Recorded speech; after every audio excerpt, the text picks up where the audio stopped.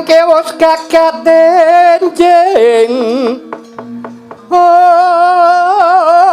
naring paranggana kasor lawan pajaring senenira Hyang Rawi semilak kang mega mendung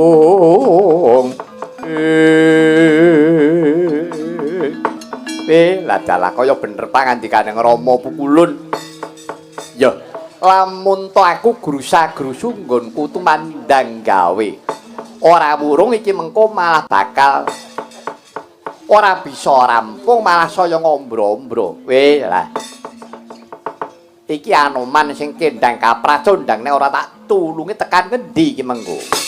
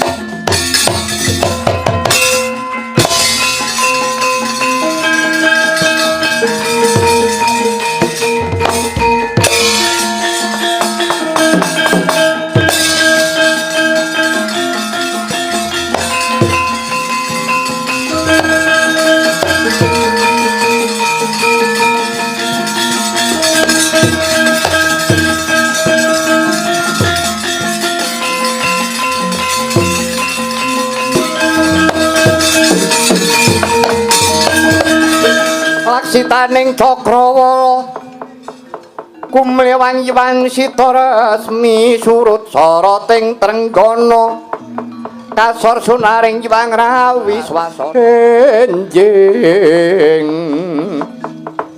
samirana wis lumaku sariranto aras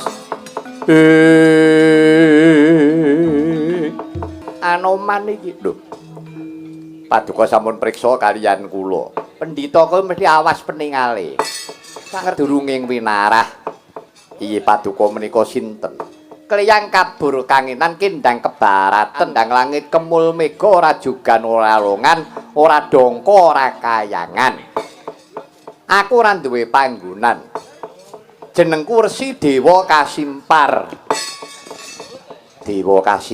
iya kowe mau kendang kapracondang inggih penemban kala wau kula kenging pengabaran aji gelap sayuta inggih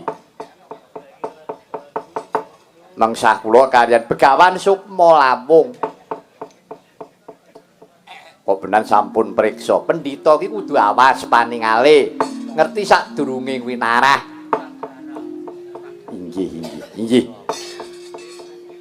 kasinggihan dawuh Paduka Sang Ayogi dinten menika paripaksa kula pasrah pejah gesang kula ngarsa Paduka Sang Adi Penemban aman wonten timbalan iki ngadhawuh ya saiki ngono ya Anoman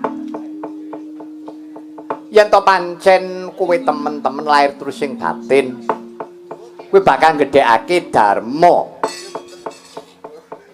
ora bakal kesingsa nyawamu lan ora bakal cendak umurmu kowe isih kinasih dening Gusti kang murbeng dumadi wilestarekno inggih penemban badhe kula istakaken aja rumangsa asor dupe wujudmu kuwi wanara dupe wujudmu kuwi kethek inggih penemban malah HP ketheke timbang menungsane wong kethek wae iso ngrampungke kewajiban kethek wae bisa dadi dutanengan ratu nanging kala mangsane menungso malah nunjang palang gawe cilakane sapadha-padha mula kang sok iki Anoman wis aja mbok pikir sing banget-banget dina iki ayo tutno aku jantrek nek perlu tak rampungne lelakon iki kula kemawon peremban kula ora susah Ora susah kowe sing maju. Mengko yen ana parigawe sing kira-kira kowe kudu maju, kowe maju wae. Ning manut perintah kok. Nggih, monggo kula dherekaken perban.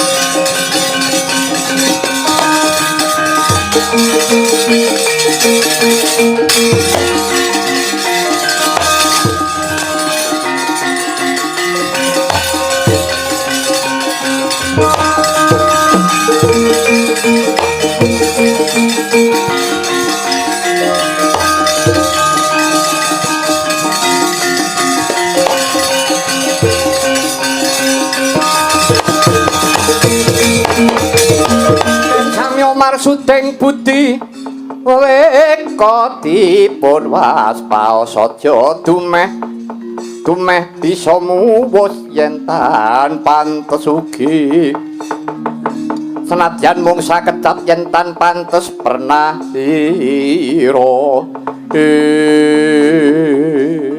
wah kakang Jriteng karo kakang Jrabang malah katon renteng-renteng raruntungan pangabekti kula katur Kanjeng Koko Prabu ya Yayi Kaipe banget panen-panen kakang ya janaka pangabekti tak tampa cara Kresna kakangku apa aja enak-enak kapenak ya Yayi dina iki ana pendhita bakal ngrata jagat tekse ana pendhita kang bakal mbebutek banyu bening malah bakal gawe curnane ya kuwi si Anoman pun Kakang Dwarawati lan Kakang Badranaya Anoman kelawan Kakang Badranaya dina iki wis kendang kapracondang konta kaprapa wah jlamprok maju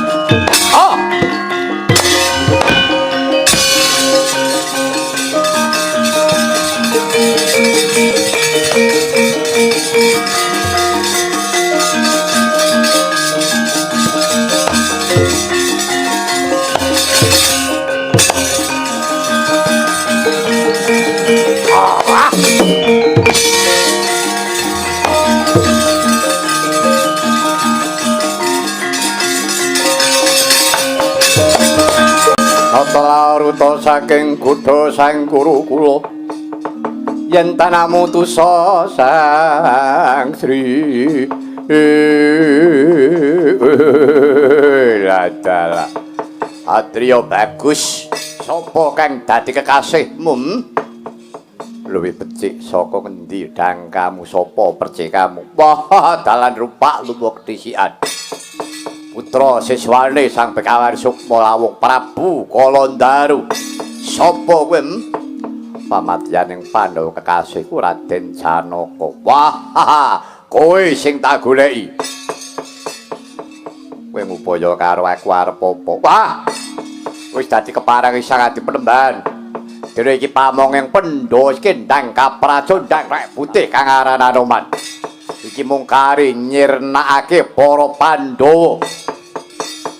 Tasan pamong sing sijine Ratu Dwarawati yen pancen sediamu mengko ayo sampurnakno luwih dhisik Janaka. Maju kokop getihmu ha.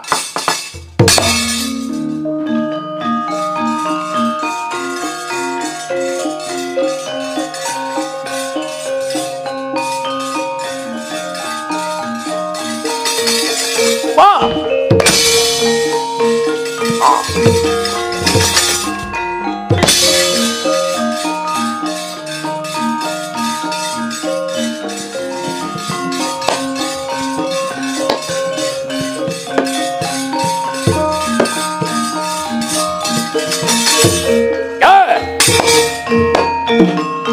Wah!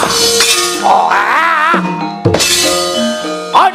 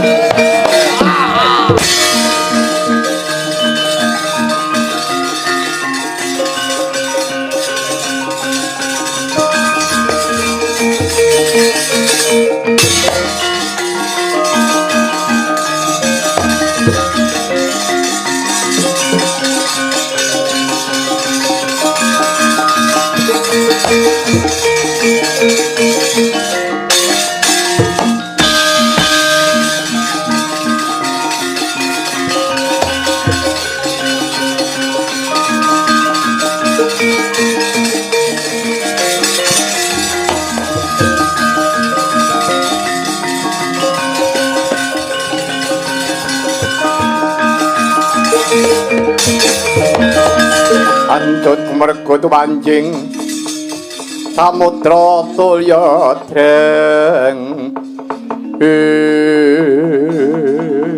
Ayo Pandhawa ngebyuka bareng lekaning atiku. Nek buta gemprong-gemprong suaramu. Sapa kowe? Prabu Kalandaru. Putra siswane Begawan Sukma Lawung. Sapa kowe? Werkudara. Kowe tunggale Pandhawa. Apa adamu? Pancen kowe sing tak goleki. Manut pangandikane Sang Adi Penemban, kowe kuwi wong Sukerta. Manuta. Patimana jroning telakku kene, maju tak jojoh upancanaka suwek cangkemmu yo takon dosa.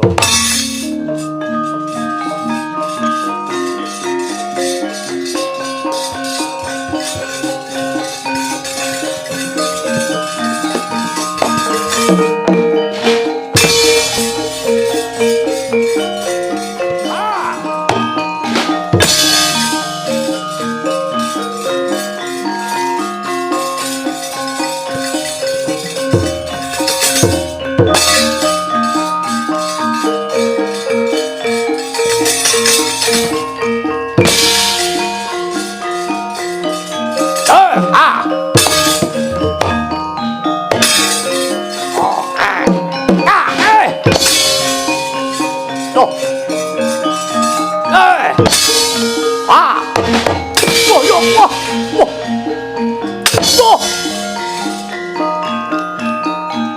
Yo.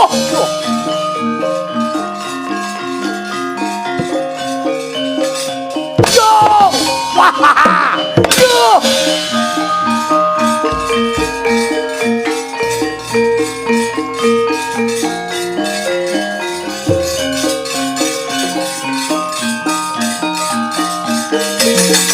Wah. Wah. Ah. Woi. Wah. Oh. Ah. Raja. Ah.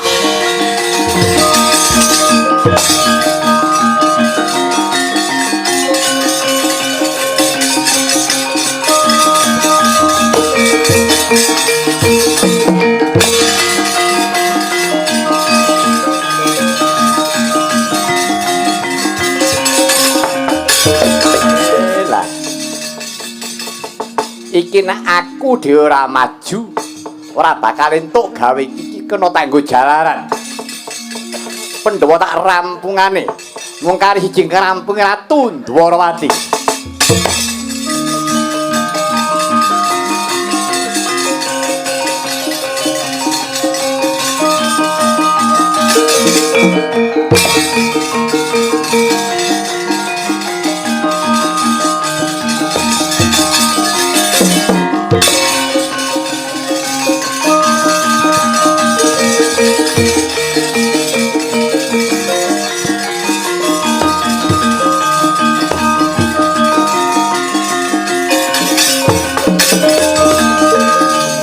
Wah, iki ning pendhita gerangan tumak tumuk. Ngewoi-woi wong arep perang. Sapa kuwi? Nami kula Begawan Dewa Kasimpar. Arep apa kuwi? Nun, arep apa? Perang. Arep perang. Nggih. Mungsuhmu sapa? Saangsale. Pendhita edan. Iki ora bae-bae. Iki nang pendhita sing sumbar nyumbari karo aku. Lah nggih pendhita niku mungsuhe nggih kalih pendhita ampun kalih sampeyan. Ngeten? Kowe ketemu perang perkara ngewangi karo aku. Niki mboten perkara sesanak utawa sedulur. Pendhita niku weruh kahanan sing kira-kira ora ngepenake ati kudu tumandang gawe nut karo kabutuhane. Ngeten? Moko nyatanipun niku enten pendhita sing ngowahi pakem. Tegese enten pendhita kok mbarang ngamuk. Pendhita ngendhalke kaprawiran. Pun panjenengan kendha rumiyin, kula ingkang majeng. Yen nganti kowe kalah, empun mengke nek kalah kula golek melih. Golek apa? Nggih golek paitan to. Ngisi-isini pendhita pun wani maju perang. Agal alus ruwa ringkes. Pun kula sanggane, aja nganti gawe wirang, aja nganti gawe cit. Pun priksani mawon.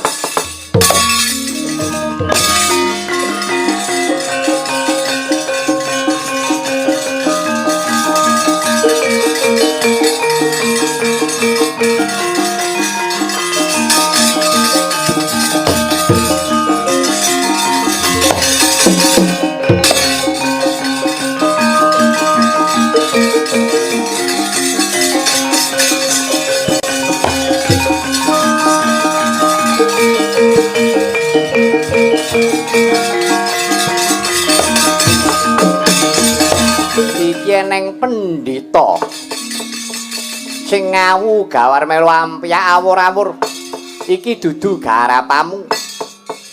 Ngaku kowe sapa? Rasah perlu kowe takon sing ampyak awur-awur iki aku apa kowe? Sing gawe reget, sing gawe suker iki aku apa kowe? Ya ibarate wong sing rusak karo wong dandani kira-kira menang ndi? Kowe lah. Ora kowe kuwi sapa? Aku Dewa Kasimpar, kowe Sukma Lawung to? Pancen aku Sukma Lawung, kowe pendhita sing minger kiblatmu. Minger panembahmu, ora manut karo paugeran. Ora patur kowe mungsuh karo para satriya, kowe paturmu ya mungsuh karo jago kapuk ngene iki. Ayo wong kaplakan ngene iki tanding ana. Karo dene nek kowe arep mungsuh karo wong nom-nom mongso gelem sing nom-nom. Kowe iki wong tuwek mungsuhmu ya tuwek ngene iki mung karek wotak, watuk. Karo glegen. Ai. Neng aku iso aku nglanggati karo kelakon mati dening aku kuwi.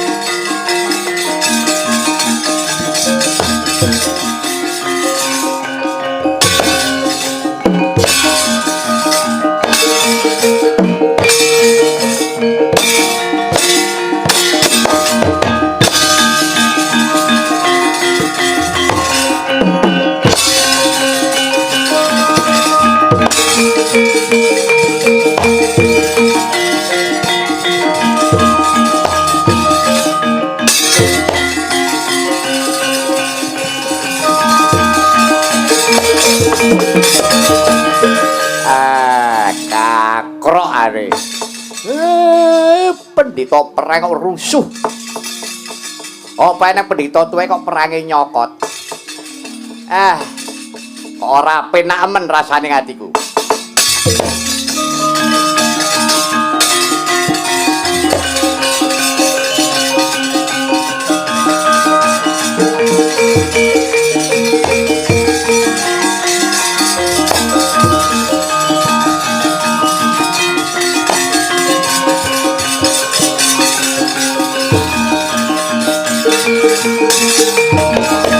Kakang Semar iki. Nggih kula.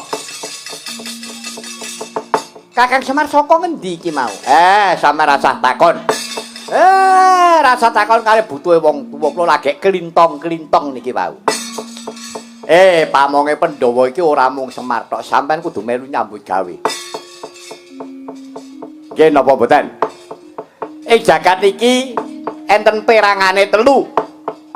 Sing kena denarani suryaning jagat, kembanging jagat, talining jagat. Talining jagat niku kula. Kembange jagat niku Janaka, suryaning jagat niku sampeyan. Janaka pun nyambut gawe, kula wis nyambut gawe, sing den nyambut gawe mung karek sampeyan tok. Sampeyan niku aja ngadol omong terus. Ora ketok sak kabrukan ya kudu maju. Ngeten. Mangrasake rekasane wong ngetokake kekuatan kaya napa rak ngoten. Aja kok wong tuwa rewangi ketempiakan kaya ngene sing napa malah penak-penak ngadol omong. Ayo maju.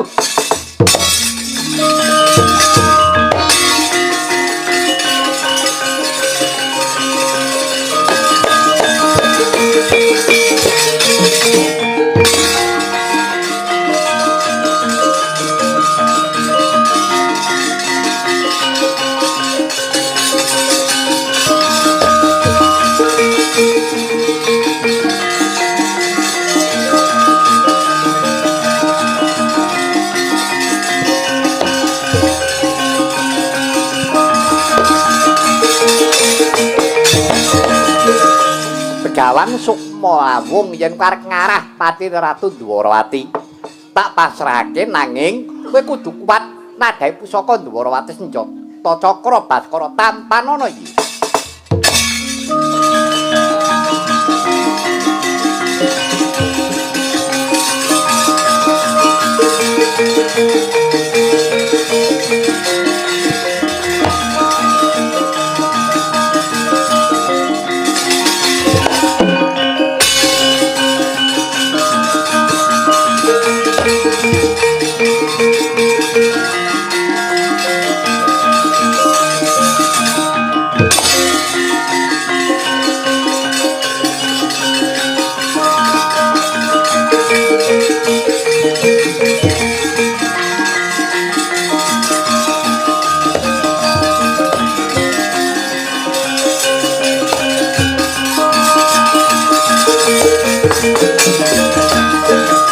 Baskara titi mangsa Begawan Sukma Lawung Ketaman Pusaka Dwarawati Jata Cakra Baskara Badar jatine wujud Narendra tawang gantungan Prabu Godha Kumara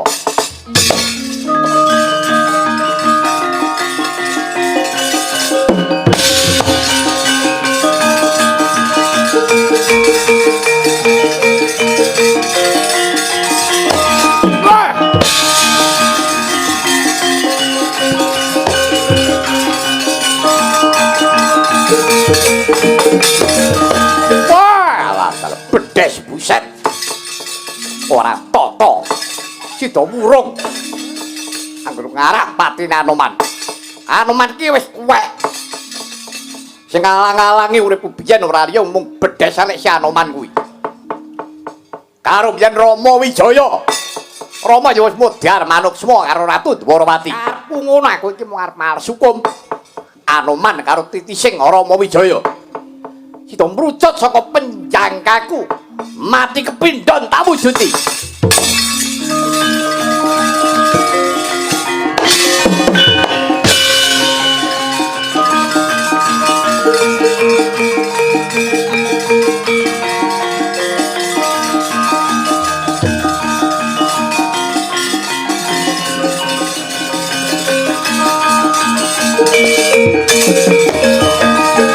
Petro Dun sing bengok-bengok kae mau sapa? Wah, nang kene niku. Nika wau pendhita kenging senjata. Cakra siki. Cakra Baskara. Nggih, Madyer. Terus jadi nika mbiyen araca Prabu Sada Dimuka. Prabu Dasamuka. Lah nggih. Saiki kuwi wis dadi Kumara. Nggih, nek sing gomprong-gomprong wah suarane sih keras. Aku mau weruh klebati Anoman. Kowe ngerti Anoman? Ngertos. Anoman kon mrene. Pripun? Anoman kon mrene. Anoman ken mriki. Iya. Sakniki. Iya. Oh, nggih. Lho.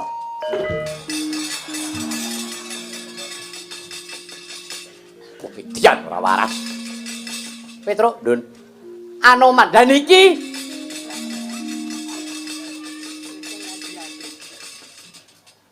jane iki ngerti pakem ora? Pakem pripun? Mongso aku ditimbali Sinundrawati kok mbok jiko mak clemut kok padake wayang kerdus ngono to. Elek-elek aku ya Senopati. Lah ya kudu ngaku pakurmatan. Pakurmatan apa? Mestine kowe gawe Sinundrawati iki tok cek drang. Kowe rono. Terus kowe matur karo Anoman timbali Sinundrawati itu tok cek drang. Aku rene agek suwuk ngono lho. Alah. Tek tok cek drago ki adohe sepira Gur? Rene terus rene lho. Kok kon gak meli lho. Ora rugi nek yaene. Mancane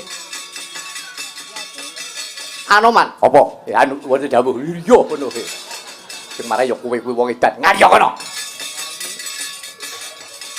Dawuh sindu. Momongamu ngalengka biyen. Iki. Rahwana saiki ra wis dadi Kumara. Godha Kumara tekan kene iki ngarah patimu karo patiku setan alas.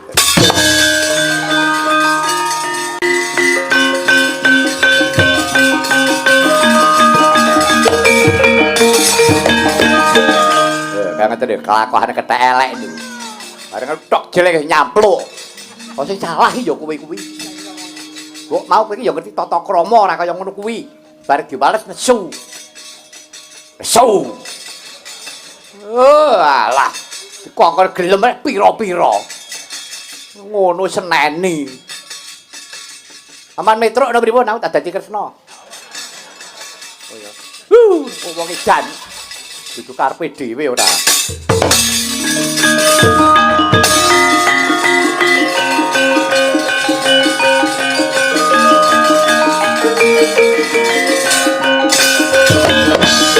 Landala Anoman iki iblis lanat Godha Kumara. Kowe ora kapok lelakonmu biyen. Menungso ya angkara murka iki dadi demit kok sida jail. Minggat ora gelem minggat nek nugel gunungmu keparat itu karep. kiket pedot kulumu.